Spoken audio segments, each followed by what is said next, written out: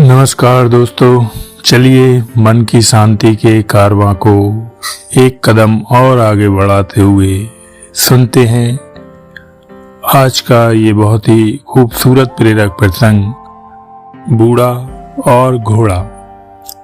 एक गांव में एक गरीब बूढ़ा रहता था। वह बहुत गरीब था, फिर भी उसके पास एक सुंदर सफेद घोड़ा था। इसके कारण राजा के लोग भी उससे ईर्ष्या करते थे।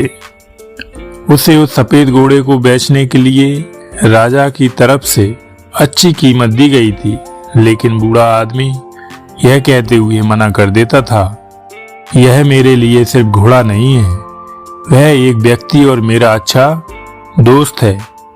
क्या आप किसी व्यक्ति या दोस्त को बेच सकते हैं? नहीं, यह हमारे लिए संभव नहीं है। एक दिन सुबह जब वह खलिहान पर घर में गया तो उसने देखा कि घोड़ा वहां नहीं है। यह खबर गांव में जल्दी फैल गई और पूरा गांव उसके घर पर जमा हो गया। गांव वालों ने कहा, तुम मूर्ख बूढ़े हो। हर कोई उस घोड़े को पाना चाहता था। सभी जानते थे कि किसी दिन यह घोड़ा चोरी हो जाएगा।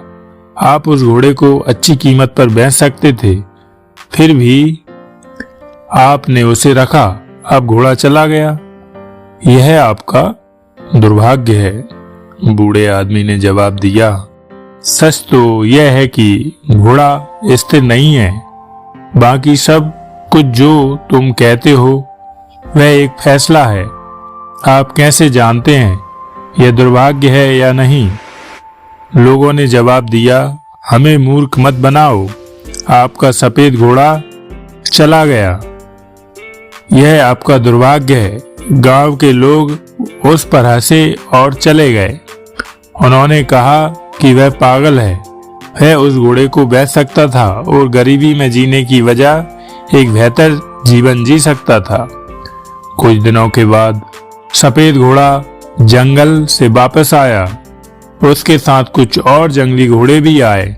गांव के लोग फिर उनके घर पर इकट्ठा हो गए और बोले, आप सही थे, यह दुर्भाग्य नहीं बल्कि आशीर्वाद है। अब आपके पास और भी सुंदर घोड़े हैं, आप उन्हें प्रशिक्षित कर सकते हैं और बेच सकते हैं। बूढ़े ने उत्तर दिया, फिर से आप बहुत दूर जा रहे हो।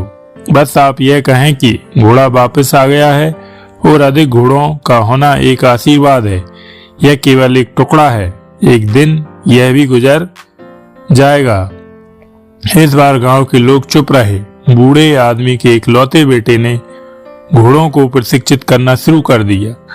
कुछ दिनों के बाद उन जंगली घोड़ों को प्रशिक्षण देने के दौरान बूढ़े का बेटा घोड़े से गिर गया और उसके पैर टूट गए। इस बात को सुनकर गांव के लोग इकट्ठा हो गए और बोले, आप ठीक कह रहे थे, अधिक घोड़े होना कोई आशीर्वाद नहीं। अब तुम्हारा बेटा इससे घायल हुआ है। इस बुढ़ापे में अपने अपाहिज बेटे का क्या करोगे? बूढ़े ने उत्तर दिया, इतनी दूर मत जाओ, इतना ही कहो कि मेरे बेटे की टांग टूट गई है। कौन जानता है कि यह दुर्भाग्य है या आशीर्वाद? किसी को नहीं मालूम। एक महीने बाद युद्ध के कारण गांव के सभी युवाओं को सेना में भर्ती होने के लिए मजबूर होना पड़ा। इसलिए युवाओं के माता पिता और गांव के सभी लोग रो रहे थे। गांव के बूढ़े लोग आदमी के पास आए और कहा, हमारे बेटे हमेशा के लिए चले गए। आपके बेटे की चोट लगना वरदान साबित हुई है। कम से कम वह जिंदा है और आपके साथ रह रहा है। बूढ़े ने उत्तर दिया, कोई नहीं जानता, इतना ही कहो, हमारे बेटे को सेना में भर्ती होने के लिए मजबूर किया गया है और आपके बेटे को मजबूर नहीं किया गया। लेकिन कोई नहीं जानता यह आशीर्वाद है या दुर्भाग्य है, केवल भगवान जानता है। तो साथियों, इस प्रेरक प्रसंग से हमें शिक्षा मिली है, हमें किसी भी स्थिति का न्याय केवल उसी से नहीं करना चाहिए जो हम देखते हैं। हम कभी यह नहीं जानते कि आगे क्या होने वाला है।